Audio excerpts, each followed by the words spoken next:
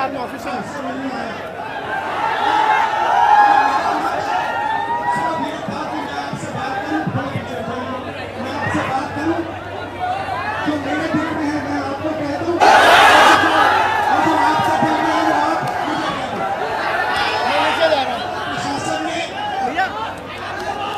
पूरी तरह रोकने की कोशिश की,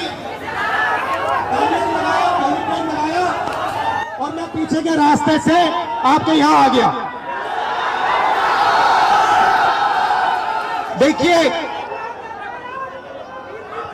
दलित, पिछड़ा वर्ग, अति पिछड़ा वर्ग, आदिवासी वर्ग, आपके खिलाफ इस देश में 24 घंटा अत्याचार होता है।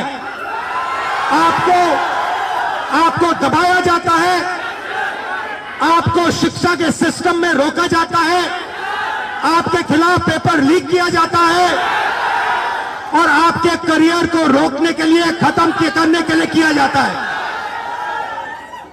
हमने 3 मांगे की हैं। सबसे पहले जाति जनगणना, सही तरीके का जाति जनगणना जो हमने तेलंगाना में किया। दूसरी बात, कानून, हिंदुस्तान का कानून है कि प्राइवेट कॉलेजेस और यूनिवर्सिटीज में आरक्षण होना चाहिए और ना नरेंद्र मोदी ना बिहार की सरकार उस कानून को लागू कर रही है।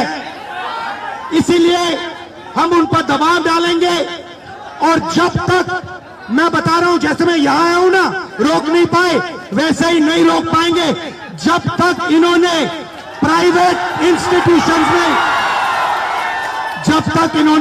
इंस्टीट्यूशंस में रिजर्वेशन नहीं किया, तब तक हम आगे बढ़ते जाएंगे, लड़ते जाएंगे।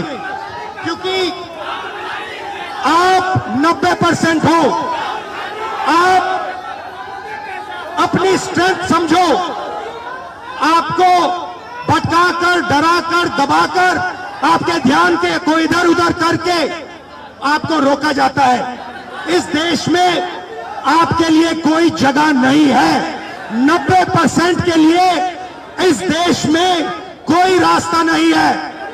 आप ब्यूरोक्रेसी को देखो, सीनियर ब्यूरोक्रेसी में आपके कितने लोग, 0। आप कॉर्पोरेट इंडिया को देखो, कॉर्पोरेट इंडिया में आपके कितने लोग, 0।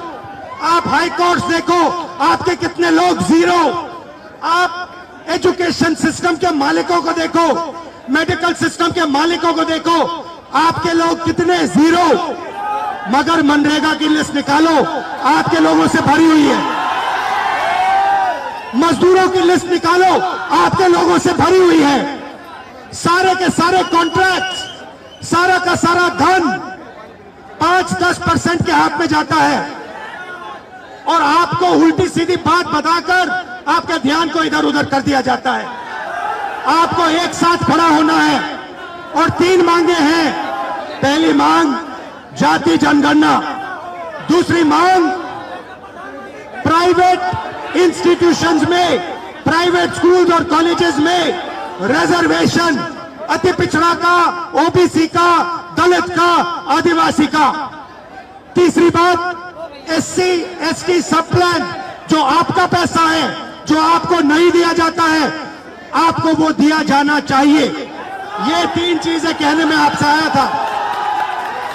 और ये बात समझिए, आप एक बात समझिए, बिहार की पुलिस ने अभी मुझे रोकने की कोशिश की, रोक नहीं पाई। पता है क्यों नहीं रोक पाई? नहीं, इसलिए नहीं रोक पाई क्योंकि आपकी शक्ति मेरे पीछे है। आपकी शक्ति मेरे पीछे है, इसीलिए कोई, दुनिया की कोई शक्ति उसको रोक नहीं सकती है। हमने कहा, हमने नरेंद्र मोदी से कहा, पार्लियामेंट में कहा, तुम्हें जाति जनगणना करना पड़ेगा। हमने उससे कहा कि तुम्हें संविधान को यहां माथे पर लगाना पड़ेगा। नरेंद्र मोदी जी ने आपके दबाव से डर कर जाति जनगणना हिंदुस्तान में घोषित किया है। आपके दबाव से डर कर उन्होंने कॉन्स्टिट्यूशन अपने माथे पर लगाया है, मगर वो लोकतंत्र के खिलाफ है, संविधान के खिलाफ है, जाति जनगणना के खिलाफ है। और जो 90% हिंदुस्तान की गरीब आबादी है, अति पिछड़ा, दलित, आदिवासी, माइनॉरिटीज, ये इन सब के खिलाफ है। ये अदानी अंबानी की सरकार है, ये आपकी सरकार नहीं है।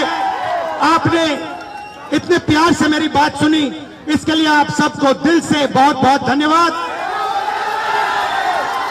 मैं जानता हूं SC ST अति पिछड़ा हॉस्टल्स में यहां क्या होता है। मैं आपको गारंटी देता हूं, जैसे ही हिंदुस्तान में सरकार आएगी, जैसे ही बिहार में हमारी सरकार आएगी, हम ये सारा का सारा बदल देंगे और आपके लिए जो होना चाहिए वो करके दिखाएंगे। आप सबका बहुत बहुत धन्यवाद। नमस्कार, जय हिंद। अच्छा, आप में से कोई बोलना चाहता है? आ जाओ।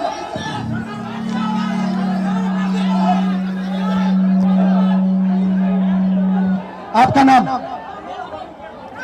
प्रदीप सर, प्रदीप। यहाँ पे आपके हॉस्टल में क्या हालत है, थोड़ा बताइए मुझे।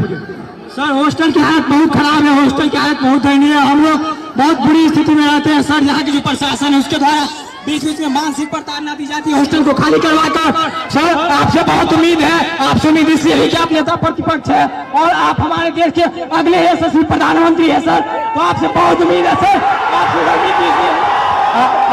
आपके साइड से, आप सबके साइड से लोकसभा में मैं कौन सा मुद्दा उठाऊं? सर लोकसभा में सर जो दलित के साथ भेदभाव होता है और शिक्षा का सर जो बजट है दिन पर दिन घटता जा रहा है, और कल्याण विभाग की जो सर बजट है वो घटती जा रही है। दलित की शिक्षा तो सर दलित की शिक्षा योजना स्तर पे मिलती है, लेकिन उसको जमीनी स्तर पे नहीं मिलती है सर। ये जो नई शिक्षा नीति है इसमें सर दलित विरोधी है, इसको डिजिटलाइज करने की बात की जा रही है, जबकि हमारे समाज में सर बहुत से लोग डिजिटल से बहुत दूर है, उनको डिजिटल का डी भी नहीं पता है। तो इसके लिए सर कुछ किया जाए और जमीनी स्तर पे किया जाए सर। आप उम्मीद है सर आप कर सकते हैं सर। ये जो पूरा शिक्षा का सिस्टम और स्वास्थ्य का सिस्टम प्राइवेटाइज हो रहा है, इसके बारे में आप क्या सोचते हो? सर ये सर प्राइवेटाइज करने का सर ये सरकार की जो मंशा है सर, उसे SC ST OBC को दूर रखा जाए सिस्टम से सर। हम लोग शुरू से सिस्टम से दूर है, न हमारा मीडिया में कोई है, न हमारा उद्योगपति कोई है, न हमारा बड़ा ब्यूरोक्रेट्स में कोई है। तो सर हम लोग की जो उसमें भागीदारी है वो देनी चाहिए सरकार को। मीडिया के बारे में बताइए थोड़ा। सर जो मीडिया गोदी मीडिया है, गोदी मीडिया सर हम लोग को दिखाती नहीं है, हमारा लोग मेन स्ट्रीम मीडिया में है नहीं, तो हम लोग चाहते हैं कि हम लोग का मीडिया प्रतिनिधित्व हो।